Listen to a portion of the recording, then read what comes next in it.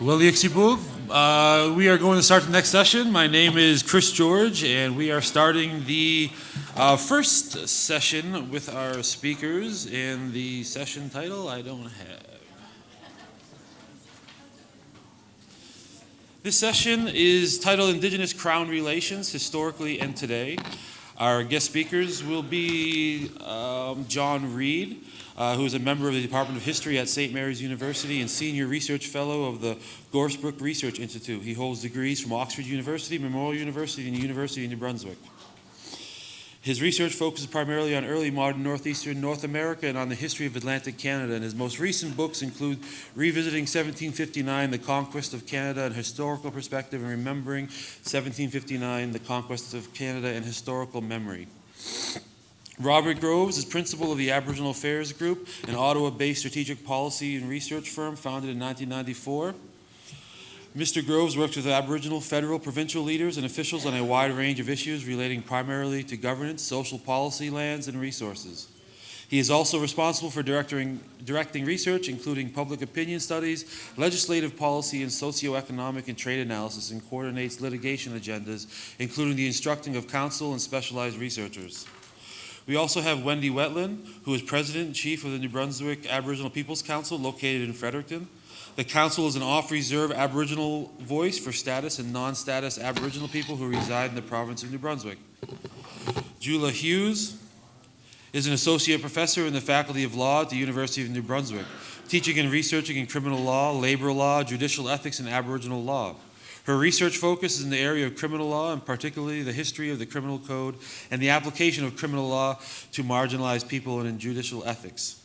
And additionally, much of her research is responsive to community-driven and collaborative.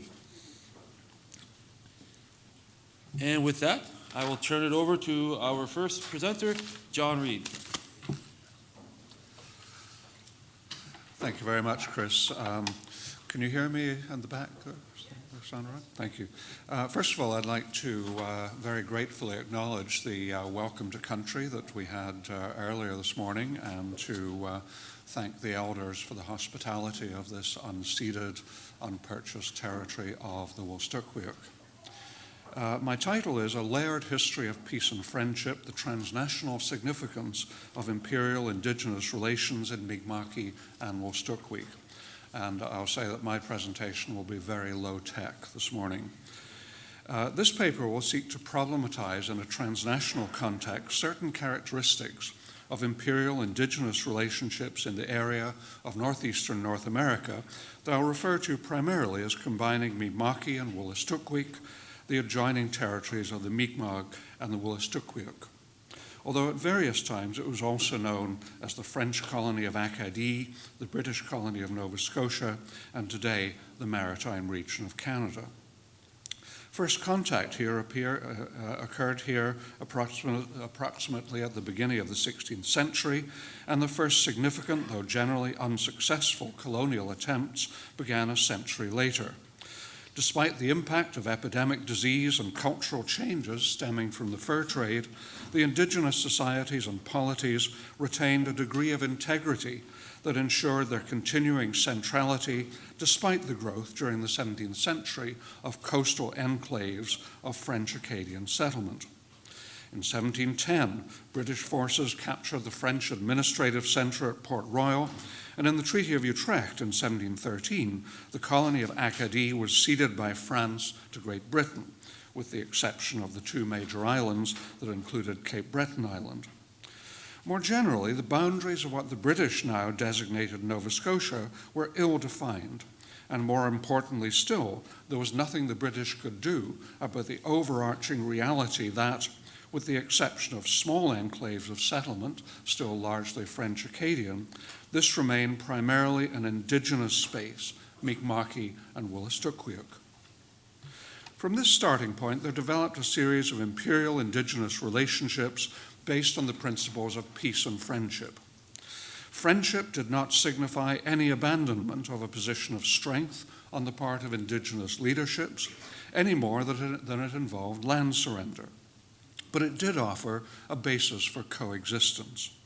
As practiced by and with French governors at Louisbourg, it involved annual meetings held in various parts of Mi'kma'ki at which matters of mutual concern could be resolved, while at the same time the legitimacy of toleration for the French presence was reaffirmed. As practiced by and with British governors, it involved a series of treaties that spanned the era from 1725 to 1779, sometimes punctuated by hostilities, but highlighted most centrally by the comprehensive treaty-making of 1760-61, following the deportation of most Acadian inhabitants and the capture of the French islands by British forces in the late 1750s, after which violence on any significant scale largely disappeared. Whether with the French or the British, friendship was neither a vague concept nor a comforting fiction. Rather, it was a well-defined ethic and a political relationship that rested on a rare principle that brought together European and indigenous values, that of reciprocity. As early as in 1719, royal instructions had obliged the Nova Scotia governor to, quote, cultivate and maintain a strict friendship and good correspondence with the Indian nations inhabiting within the precincts of your government. The governor was to make explicit promises of friendship and make gifts accordingly. As the 18th century went on, the instruction underwent periodic revisions, but retained its central meaning and survived into the 1780s. At all times, it carried the promise of the Crown that its support, service, and benevolence would be extended with regular gift-giving intended to symbolize this commitment. The French at Louisbourg, too, had been assiduous in gift-giving, recognizing that the sufferance of the French in Mi'kma'ki was itself a gift that deserved reciprocity. And reciprocity, as Catherine Hermes has pointed out, was a key point of contact between European and indigenous legal traditions, shown both in the resolution of specific conflicts and on the more general question of indigenous tolerance for colonial settlement. Thus, friendship, founded on reciprocity and expressed in gifts, was the essential underpinning of all the 18th century treaties in the region. With exclusive British possession, or at least the claim to such, confirmed by the Treaty of Paris in 1763, a limited number of new British settlers entered Nova Scotia, many of them taking over areas vacated by deported Acadians. However, Mi'kmaq and Wolastoqiyik leaders were never backward to remind imperial officials of the continuing indigenous geographical centrality and military capacity. British governors, in turn, were blunt in informing London that the security of the British presence in the region depended on maintaining indigenous friendship. Thus, the era of friendship that had begun with the treaty-making of 1725, as we've heard already this morning with previous treaties in New England, still persisted during the American Revolutionary War. However, the transition to a new era of dispossession began towards the close of that conflict, with the influx into Mi'kma'ki and Wolastoqiyik of some 35,000 Loyalist refugees and discharged military personnel. Certainly, some layering of the narrative is necessary. Just as the beginning of the era of friendship had not implied a surrender of indigenous centrality, so assertions of friendship from the indigenous side of the relationship long survived the shift to dispossession that can be dated from 1782. However, the shift was real, as intensive and widespread settlement took place in the region for the first time. Everywhere, settlers encroached on land that had agricultural possibilities. In doing so, they irrevocably changed the physical environment through clearance, with depletion of faunal and sylvan resources, as well as obstructing indigenous transportation routes. New fisheries disrupted harvesting patterns in coastal areas and on rivers. Moreover, the Loyalist migration was reinforced and soon exceeded by the longer-lasting migration of Scots to areas such as Prince Edward Island and eastern Nova Scotia and Cape Breton. By 1815, Highland Scots handsomely outnumbered the Loyalist-era migrants, and settlement from other areas of the British Isles was also underway. This was settler colonization with a vengeance, and it led directly by the early 19th century to the establishment of reserves, and even on the reserves themselves to informal encroachment and formal selling off of desirable plots to settlers. Although Indigenous protests were typically made to the Crown or its imperial officials and bracketed with reference to the treaties, nevertheless, settler colonialism and the process of developing settler sovereignty, expressed in particular through the provincial assemblies and construed here not exclusively as a legal doctrine, but as an assertion that, as Lisa Ford has recently written, conflated, quote, sovereignty, territory, and jurisdiction, were increasingly unavoidable. But how to contextualize this narrative in a way that renders it meaningful and commensurable in a wider context, while at the same time bringing out its foundational character both to history and in terms of law and constitutionality.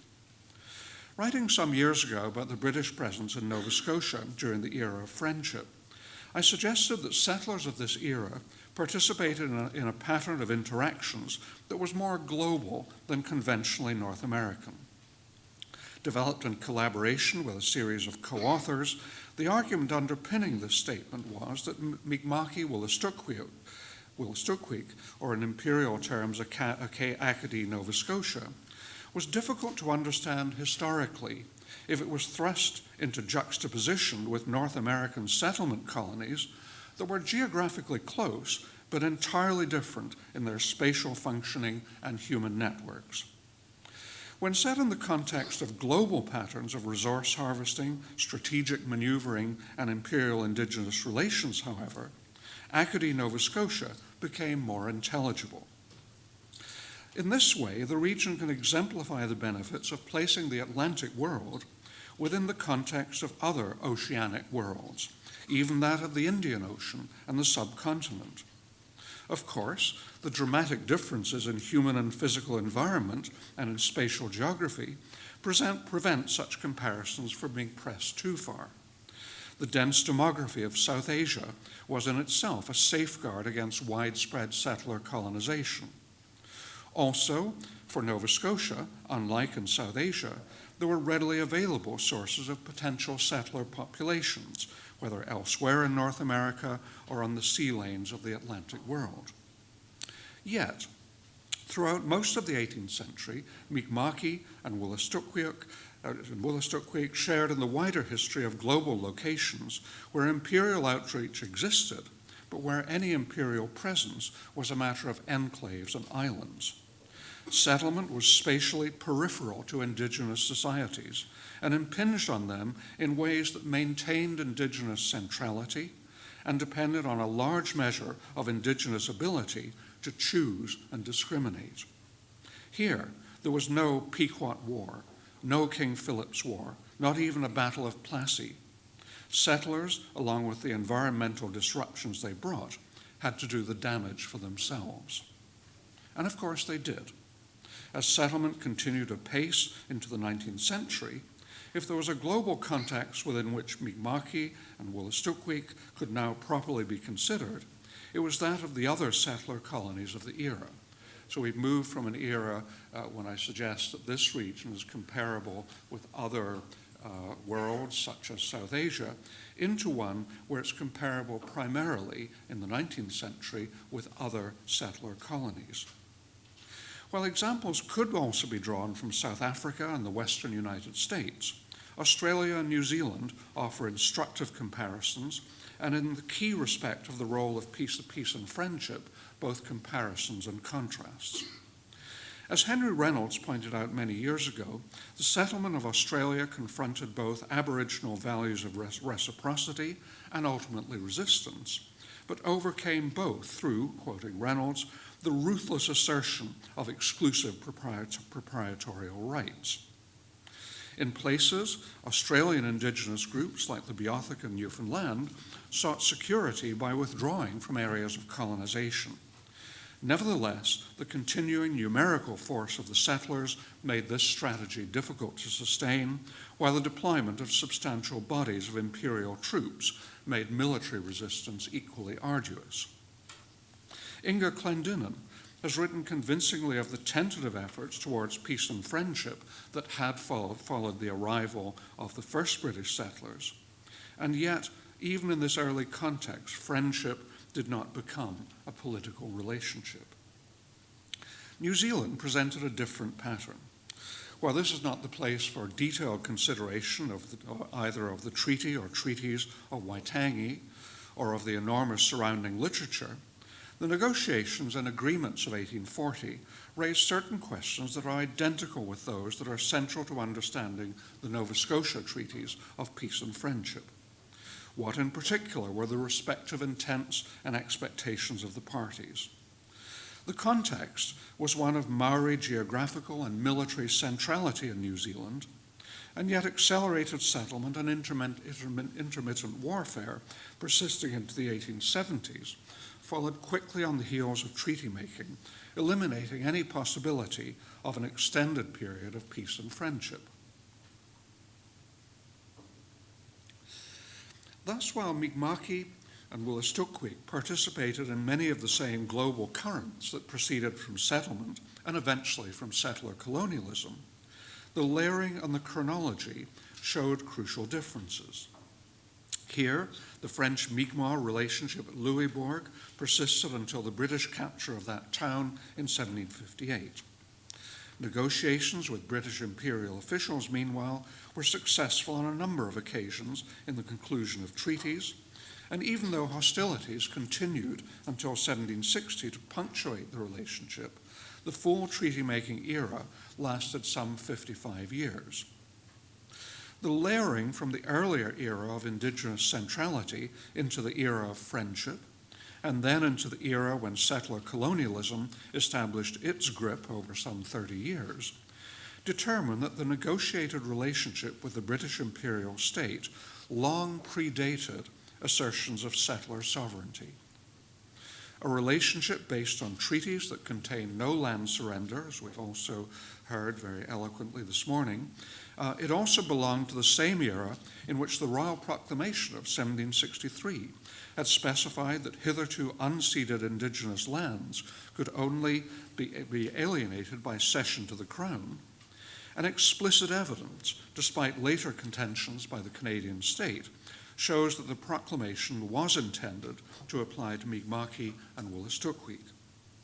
There was therefore a significant disconnect between, on the one hand, the foundational obligations of friendship that had been undertaken by the Crown and reinforced by the Royal Proclamation, and on the other hand, the Indigenous dispossession that resulted from the later onset of settler colonialism.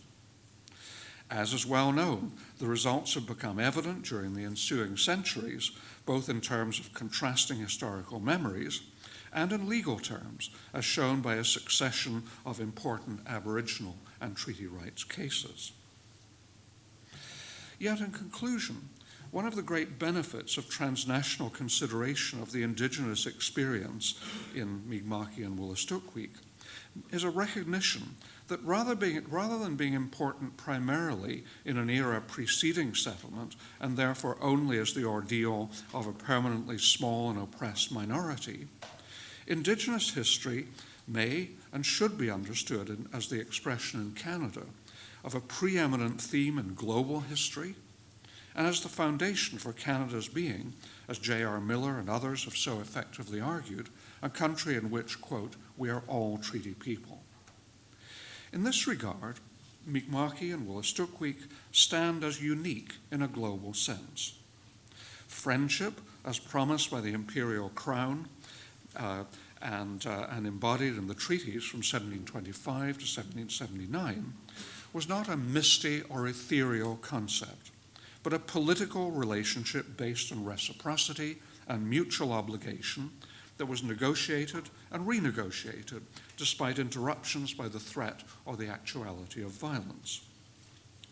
That the foundations of the Indigenous Crown relationship were firmly set down in an extended era preceding settler colonialism, during which no land surrender took place, indicates that the dispossession that then accompanied settler sovereignty, even though condoned under the same Crown, could not legitimately erase the obligations entered into by a succession of governors under the direct authority of their central instruction in Indigenous affairs. This represented a crucial layering of the Indigenous-non-Indigenous relationship, and its historical and legal implications still continue to evolve. Thank you.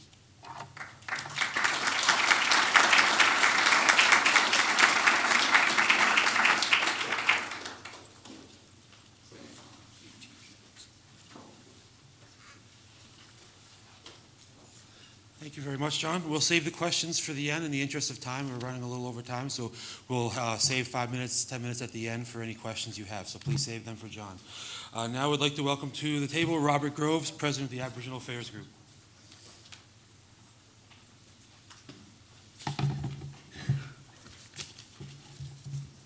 Thank you, and thank you especially to the Sigansisk, St. Mary's community, for welcoming us and hosting this event.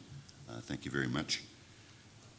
The theme, I suppose, of this little short presentation, and I'll try to be as brief as possible so no one misses their lunch, on my account anyway, is building on the theme that Bob Ray, the other Bob, talked about last night at his excellent presentation, the evening presentation, which was dealing with how is reconciliation in the context of Aboriginal and treaty rights to progress, to go forward, using the old technologies of the 19th century as opposed to the technologies of the 18th century, such as the treaties, the pre-Confederation treaties.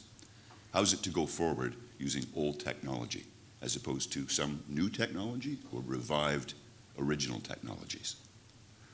And that is a theme, of course, of pluralism, and pluralism in the sense of how do you link two different customs, traditions, legal regimes, and maybe not just two, but dozens. First Nation, there's also Inuit, there's blended regimes. How do we go forward in dealing with that? And I know that First Nation people in New Brunswick in particular, and Nova Scotia, PEI, the Gaspé, are consumed with that issue right now. Whether they're directly involved or not. And of course, some communities are not involved directly in processes that are underway right now. By way of illustration of how to blend or how to reconcile old and new technologies, in keeping with the theme of the conference dealing with, and this session dealing with treaties historically in the past and treaties today, I thought I would focus on the only treaty-making process that specifically identified the St. John River Valley and the Wolastoq system, as well as the Mi'kmaq in Rutshebukto, Miramichi, and the Chaleur Bay region. And it was really the only treaty that completely focused on what is now New Brunswick, even though it was then called Nova Scotia. And that, of course, is referred to by Stephen Augustine and others, is the treaty process starting in 1776 and closing pretty much in 1781 with the last of the adhesions. But the major event occurred in 1778 in September near Fort Howe, which is just down the river near St. John. And it was facilitated in a unique way by somebody who merits some reference, and that is Abbe Joseph Matthias Bourge. And he was one of the firstborn, if not the firstborn, priest from Acadia, firstborn in Acadia. He was expelled in 55 at the age of 11, spent years in Virginia and England with his family, where they were basically held hostage until 1783 and the peace. And then he went to Paris, started his studies a little bit late, took up the tonsure, became a priest, and as a very young priest and very, very recently minted, set up a missionary shop in the Chaleur Bay, based on what is now the Quebec side. But at that time, keep in mind, the entire Gaspé Peninsula most of the Gaspé Peninsula that was occupied on the Gulf or the Chaleur Bay side was part of Nova Scotia, as was all of the New Brunswick area we now know, with a hazy line between the American colonies, the New England colonies, and Nova Scotia itself, but conventionally running along the St. Croix River. At any rate, he was asked, Benjamin Arnold, some of you know that name, the famous general, American or British general, who joined the American Revolution and was a major general, and then turned redcoat, and now called a traitor in the United States history, became a brigadier general on the British side. But at the time, his job was to seduce the Maliseet and Mi'kmaq people and the Passamaquoddy into alliance against the British and with the breakaway revolutionary forces. And he was camped just across the border from the Upper St. John, and with not an army, but a lot of money and some guns and associates. And he sent envoys down the river into Richibucto, asked for meetings and got some, particularly with the Passamaquoddy. And so Abbé Bourges was enlisted by the lieutenant governor as he was the missionary to the Indians for the entire Nova Scotia, and a very young fellow and the first missionary. And he was asked to go down to Fort Howe and to go along the river systems to meet with chiefs, meet with the communities, and talk them out of this foolishness, which he did between 1776 and 1778 principally. 1779 he was back down again briefly. And the first treaty-like event occurred in September 1778, which really reshined the 1752, 60, 61 treaties. The Passamaquoddy were not directly involved in that initial meeting, but a lot of chiefs were, from the Chaleur Bay all the way down and along the Wolastoq. Now, I won't go into what the treaty itself did, other than to say it reshined the relationships that are initiated in 1752. In the Treaty of Boston, in which not only there were Penobscot, Passamaquoddy, and of course the Cape Sables, as they were referred to then, the Mi'kmaq, and the Wolastoqiyik. But this is the practical consequence of that treaty meeting, which was the chiefs agreed, and there were many of them. There were both senior sachems and regular chiefs and all sorts of delegates. They sent a letter, basically. They formed a letter. I think it was probably crafted by Abbé Bourges, and it basically says,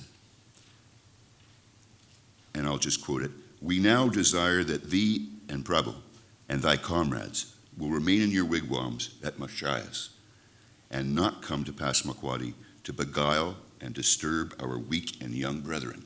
They were looking down on the Passamaquoddy, as you can see, for falling into the trap first. "We will have nothing to do with this, with thee or them, or with your stories, for we have found you out. And if you persist in tempting us, we warn you to take care of yourselves. We shall not come to Machias to do you harm, but beware of Passamaquoddy, for we forbid you to come there." That was the practical result that the British had wanted, right? A rebuff, pushback against General Arnold, and a reestablishment of alliance and loyalty to the British. Now, today, as a result of this, by the way, the good Abbé received £50 for expenses, £100 annual stipend for his mission work, and some land in the Chaleur Bay, on this side of the Chaleur Bay, Heron Island, and the foreshore around Charlo, just this side of Dalhousie, for those of you who don't know where Charlo is. So he received all of that as part of his Indian mission activities out of Carleton, then called, I think it's St. Joseph de Carleton. It's now called Carleton-sur-Mer, which is in the Gaspé Peninsula. What's happened with that treaty? Where is it today? Well, interestingly enough, within a few years of the establishment of the colony of New Brunswick, New Brunswick just disregarded the Indian mission process, refused to respond to as many letters saying, where's my £100 stipend for the mission work, because they didn't know where the heck this came from, and they didn't feel they inherited what the Lieutenant Governor of Nova Scotia had done in 1778. So they just ignored it. And then, as soon as the Abbé died, they broke up his land and sold it to settlers. They didn't treat it as a mission reserve, which is what it was. It had to be, keeping in mind that the Abbé was a Franciscan friar or a Franciscan priest, and they're dedicated to poverty, right? So he didn't have the land as, an economic enterprise. It was an Indian mission reserve. And on Heron Island today, if you go there, it's a provincial preserve. Nobody lives there now. There is an Indian village, and there's a cemetery. And the ancestors of those people were pushed off by loyalists who settled after the Revolutionary War and after the Abbé kind of disappeared into the history through dying. And so there was no successorship for the Indian mission activities, the mission reserve, right? The sustaining funding for that mission reserve, and of course the treaty itself dissipated into, throughout New Brunswick, catch as catch can reserve allocations, usually based on individual pleas, right, from a family here, some large groups like the Augustins, and in the Miramichi, the Richibucto and Miramichi regions. But otherwise, it was pretty catch as catch can, right? It wasn't like, oh, here's the community, we better set up a reserve.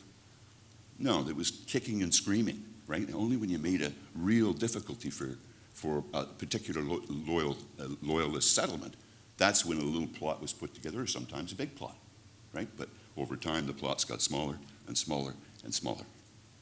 And the big ones got broken up and sold off. But again, none of this was to do with the implementation of the treaties.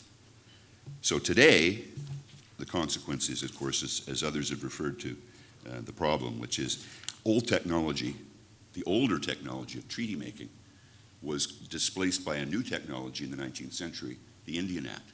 That was the new modern manifestation of policy. Based on the most solid social science that Europeans could have imagined in the 19th century, which was how best to assimilate and de-Indianize the Indian and to create them as modern, civilized, settler, immigrant-like people. And that technology was the new technology of the 19th. Unfortunately, it is still a vibrant technology in the minds of many, particularly in government circles. And so, as Bob Ray said last night, as others have spoken here this morning, what is the new technology going to look like to displace that newer, older technology of the 19th century? It's now the 21st century, and Canadians, Aboriginal and non-Aboriginal, have been struggling with this at least since the 1970s in a major, focused way, and since the 1980s through constitutional and other exercises that were abandoned about 20 years ago as being too political, too dangerous, too structural, too big, and too threatening to established orders. And just in closing, one of the, of course, backbone, the problematic that we all face is that going forward on the basis of something like the old tech of the 19th century Indian Act regime is a bit like building a PlayStation, right, for digital gaming on the basis of a 1920s typewriter. You're not going to be able to get around the logic of the 1920s typewriter without accepting that, oh, you need a digital language, right? Not a manual language using 26 letters, but a digital language using zeros and ones. That's a new backbone on which to build new technology. So the discovery process has to, that we're engaged in, must be to find that new language, that new backbone for the technology that we need, even if it's only in order to restore the original peace and friendship logic. and legal pluralism that was accepted in the 18th century. But we still have to do it in a structured way. And until that happens, a lot of communities will be left out. A lot of people will be left out. There'll be a lot of grumbling. And chiefs and hereditary chiefs in this room and elsewhere know that. Grumbling is rife at the community level. With that, I'll leave the topic. Thank you.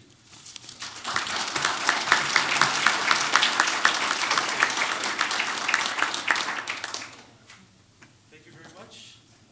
We have coming to the table now, we have Wendy Wetteland. Jula? No, Wendy's talking. I'm just setting up the PowerPoint.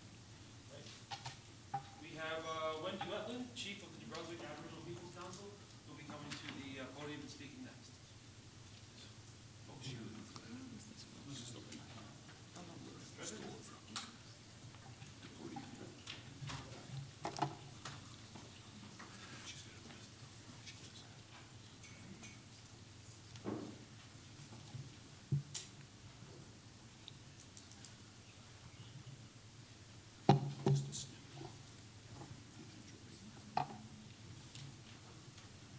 So, do you want to advance your own slides, or do you want me to just push down here?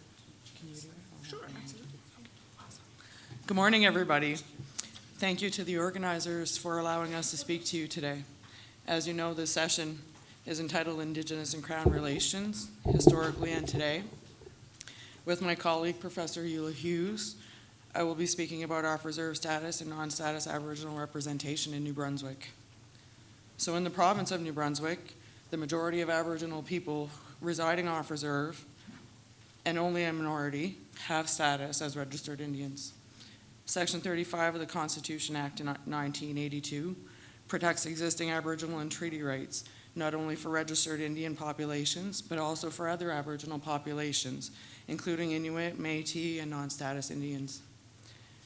For this reason, negotiations affecting Aboriginal and treaty rights between federal and provincial governments and Aboriginal people in Canada have to include rights holders that fall outside the regime instituted by the consecutive Indian Acts. Since its inception in 1972, the New Brunswick Aboriginal Peoples Council, also known as the Council, has been the political voice for the status and non-status Aboriginal people who reside off reserve in the province. Our members are widely dispersed throughout the province. Governments have a tradition of consulting and negotiating with a number of organizations, nationally and provincially, that represent off-reserve non-status Aboriginal peoples. These include our national organization, the Congress of Aboriginal Peoples, as well as our affiliates, including the Council. In 1996, the Federal Minister of Indian Affairs formally recognized the Council as being a fully representative body in relation to unextinguished rights and titles of Mi'kmaq and Maliseet in New Brunswick. With other provincial organizations representing on-reserve Aboriginal peoples, the Council signed a political accord committing them to work together and in cooperation to negotiate any comprehensive settlement of outstanding Aboriginal rights and titles. In 2006, the province of New Brunswick maintained the view that it would only acknowledge federally recognized Indian Act band membership card holders of status cards as being eligible to exercise their Aboriginal treaty rights in the province. This stance appeared somewhat inconsistent with the views of the New Brunswick courts at the time, and difficult to reconcile with the subsequent views expressed by the New Brunswick Court of Appeals, which cited approval of the adoption of the Pali test for demonstrating Aboriginality for non-status Indians. Despite positive efforts and progress made up to early 2006, Canada chose in April of that year to halt all inclusive negotiations or consultations on Aboriginal and treaty rights in the province. It chose instead, for reasons not known to the Council, to enter into a process that by 2011 led to an umbrella agreement with some Indian Act chiefs that excluded the Council and the Aboriginal people that we represent. In 2011, the Council began discussions with federal and provincial officials to explore the beneficiary entitlement questions facing off-reserve Aboriginal peoples. The New Brunswick Aboriginal Affairs Secretariat encouraged this exploration. They posed the following two questions. Who are the Aboriginal and treaty beneficiaries in New Brunswick? and who represents them for legal purposes, i.e. treaty negotiations. The council engaged Robert Groves of the Aboriginal Affairs Group to conduct a study that would examine the beneficiary entitlement status and representational wishes of the Mi'kmaq, Maliseet, and Passamaquoddy populations in New Brunswick outside of current Indian Act reserves. Excuse me. The council provided Aboriginal Affairs Secretariat with a copy of this consultant report. Aboriginal Affairs Secretariat has yet to respond to the consultant report and has indicated that a reply would have to await a response from the federal government. Nonetheless, key staff from the Aboriginal Affairs Secretariat stated that they had problems with the consultant report, including its methodology. The nature of these problems was not further elaborated. In 2014, the council met with Aboriginal Affairs and Northern Development Canada to discuss the federal government response to the study report. The council was told informally that Canada recognizes that the Aboriginal people who are represented by the council are treaty beneficiaries, and that the council does represent them. The council has yet to receive written confirmation of the results of our discussion from Aboriginal Affairs and Northern Development Canada. In 2014, the council engaged Urban Aboriginal Knowledge Network to address some methodological concerns with the initial report. As was the case for the consultant report, this new report seeks to address the two related questions.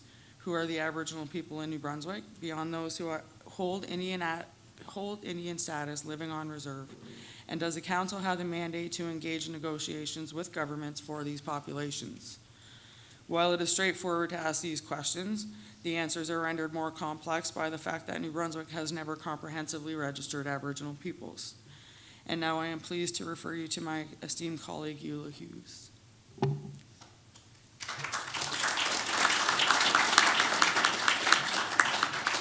Thank you, Wendy, and thank you to the organizers and to the folks who welcomed us to the territory this morning.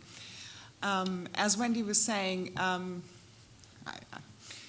this represents a step towards a modern treaty process, a process that is, with some hiccups, underway, but which excludes from the table presently the majority of people in the territory who identify as Aboriginal.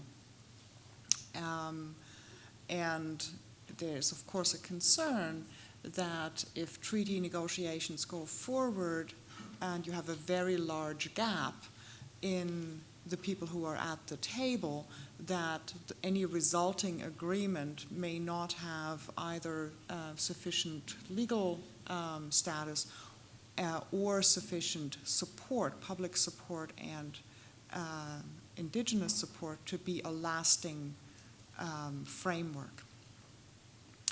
So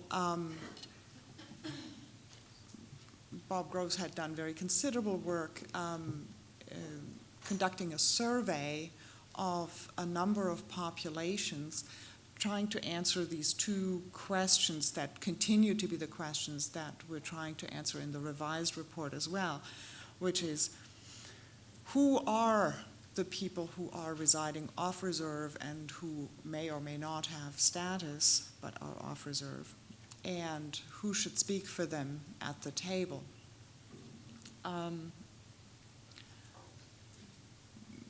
In the revision, we took a little bit of a step back and said, what do the parties need to know about the history?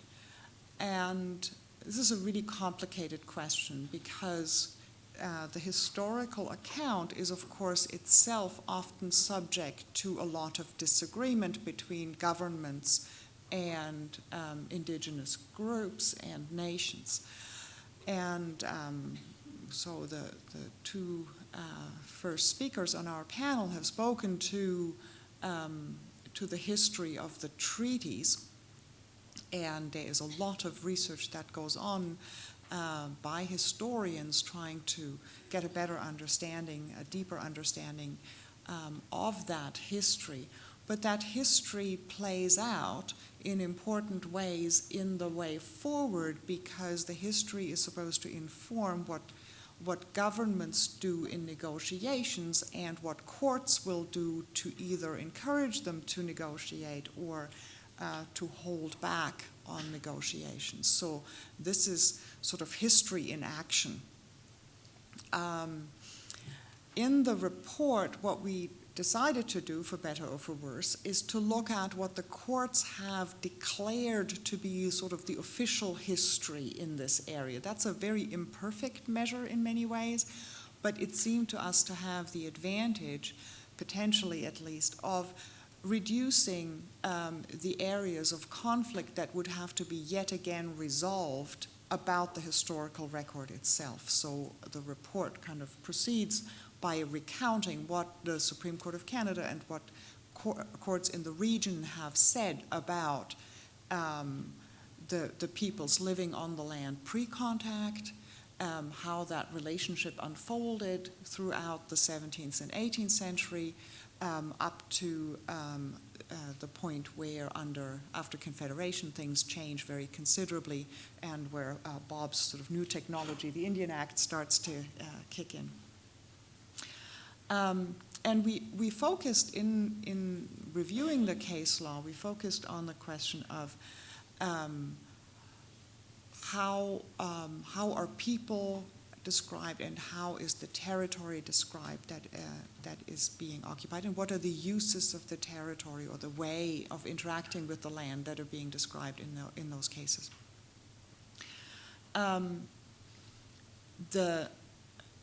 And we traced that through the centuries into the 20th. The second part is to then look at what does that history mean for the comprehensiveness or otherwise of people who receive recognition by Canada, I now mean the federal government, as being Indians, right, under the Indian Act. And there are a number of factors that are generically true for all of Canada that result in a minority of people who self-identify as Aboriginal or Indigenous, or identify as Cree or Anishinaabe or whatever nation, actually being bestowed recognition and status under the Indian Act. There are some New Brunswick specials in this category because New Brunswick was a little sloppy, shall we say, in actually trying to figure out some of the demographics.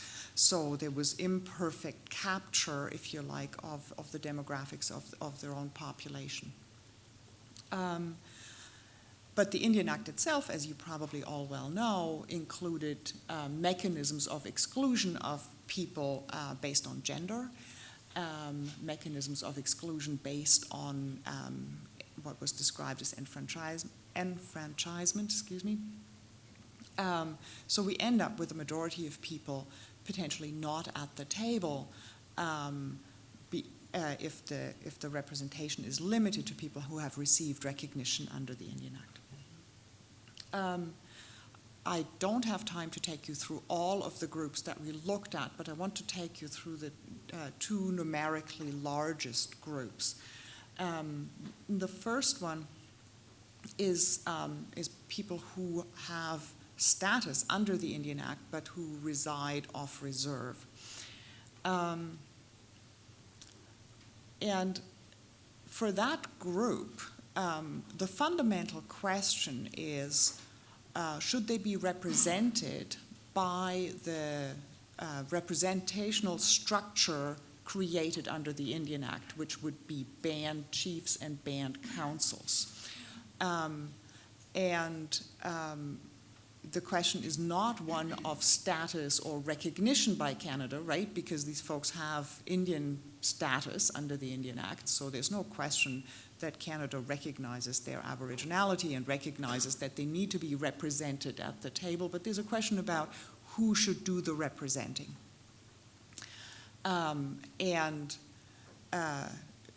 If the Indian Act were the only instrument we can look at, the answer would probably be, well, you have access to the representational structure under the Indian Act, therefore you also are stuck with that representational mechanism. There are both legal and factual reasons to think that that is a very imperfect way of making sure that the voices of off-reserve status people are heard in treaty negotiations, in modern treaties. They have to do with the fact that participation in council elections are imperfectly organized under the Act and imperfectly carried out even in those communities where access is legally structured in a way that's more favorable. They are also problems because at the same time that some of the gender discrimination was being undone under Bill C-31, membership codes were put under self-governance, and as a result, Indian Act status and having membership rights in a community are no longer tied together necessarily. The representational wishes of those groups of people were ascertained by Mr. Groves in his survey, and they're overwhelmingly supportive of being represented by NBAPC. So to the extent that we're also looking for a democratic measure, the council has the support of those people. And I'm being shown a yellow flag, therefore I should probably move on to group 2. Group 2 are people who do not have status under the Indian Act, but who have an ancestral connection to a First Nations community in the province. Here we encounter 2 problems, not just one, right? Under my group 1, I had one problem, which is representation. Who does the representing? For this group, both of the questions that the report is trying to answer are relevant. Are they people who have recognition? And if so, who does the recognizing? Because clearly they don't have recognition under the Indian Act. They're not recognized by Canada as Indians under the Indian Act. They're recognized, as Wendy has said, as people who have Aboriginal rights under Section 35 as a group. But it's not so clear how we figure out where the lines are, what individual will get recognition. So that's a problem. And the problem is I would suggest, solvable fairly readily if we adapt the community recognition requirement to recognize that off-reserve people have community, and they have recognized community organizations such as the council that is capable of being community for the purpose of recognition. So in the report we describe the membership process of the council and describe how that is responsive to the legal regime surrounding recognition under the Pauli test.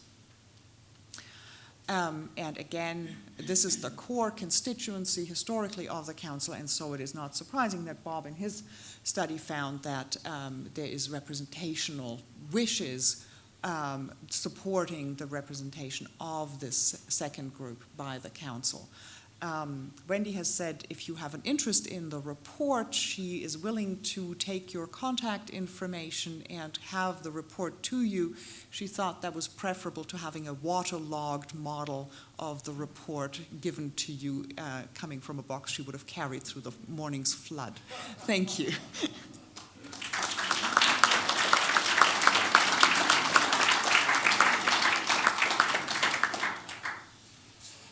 All right, ladies and gentlemen, before we break, we have 5 minutes for questions. So if anyone has any questions, please stand and make yourself known. And Doreen? See how I made you known? I have lots of questions, but I'm not going to go there. I know we're pressed for time. But mine goes back to the treaties, and I think this goes to you, Professor Reid. Why was it, if Matthew Simon's case, if he won his case based on, in the 1970s, based on 1752 Eastern Friendship Treaties, why was it that Donald Marshall, after that, had to go to court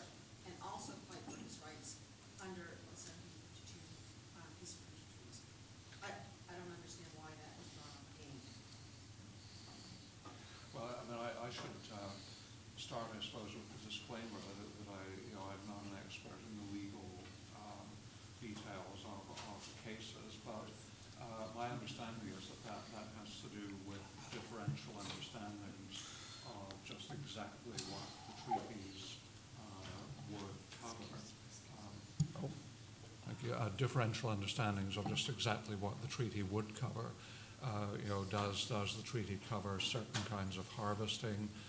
In the case of the Marshall case particularly, does the treaty cover commercial activity or purely subsistence activity? And so the courts, at least in my understanding, have gone back to those specific issues, that there is no issue that the treaties are valid. The treaties are valid, but there is historical debate in a number of areas, and one of the major areas is what was the nature of the treaties. Were they treaties of surrender, as some have argued, some historians, including in the court cases, or as I and others have argued, are they in fact genuinely negotiated agreements in which the indigenous negotiators came in a position of power and influence to negotiate?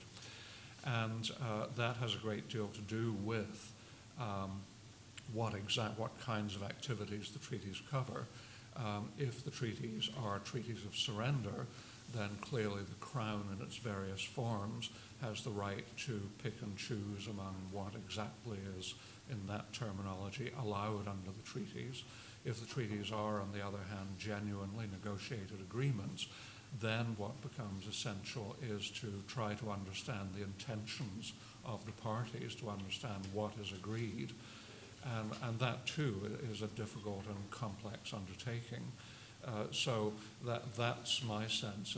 It's almost a kind of incremental process of establishing areas in which the treaties undoubtedly do apply, and pushing back, at least from an indigenous perspective, in areas where the Crown and its successors argue that the treaties don't apply, and these can be various kinds of areas. Thank you. And Robert wanted to respond to that as well, Doreen? Yeah, I'll be very brief. Your question is why did the province pursue Mr. Marshall, Donald Jr. When things seemed to have been settled in the 70s, and then in 1985 there was the Simon decision. That seemed to clarify things. So why did they bother? The answer is simple. It was, who is the beneficiary? They wanted clarity about whether it was a lineal direct descendant of a treaty signer, right? Or something else, right? And what Marshall 1 and 2 muddled things up, frankly, in my view, was to say, no, it's got nothing to do with direct descent, right? It's membership in a community that is a successor to the original treaty communities. But then they muddled all that up by saying that in Nova Scotia, there was particular villages that were itemized, and they were the modern-day successors of those historic villages, and they're all happily Indian Act bands. New Brunswick was never part of the treaty process in that same way. It was all by delegate systems, right? Passamaquoddy represented Maliseet. There'd be one delegate per river system that went to Halifax. So, but primary reason that they went after Donald Marshall Jr. was partly the issue of how extensive is the necessaries in terms of the food, social, ceremonial, and secondly, how does Donald Marshall Jr. prove his descent? Because they really didn't have closure in the Simon decision about that. Thank you. Now to the microphone, we have Alma. Please feel free to ask your question. Is it on? Do I control this here? It's got a good voice.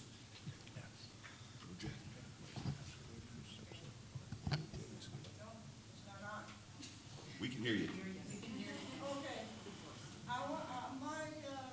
Not so much a question, but a comment. And I want to talk about what you were talking about, identity and who's the beneficiary and how do we figure this all out and the mess that the government made of our lives here. I just want to say,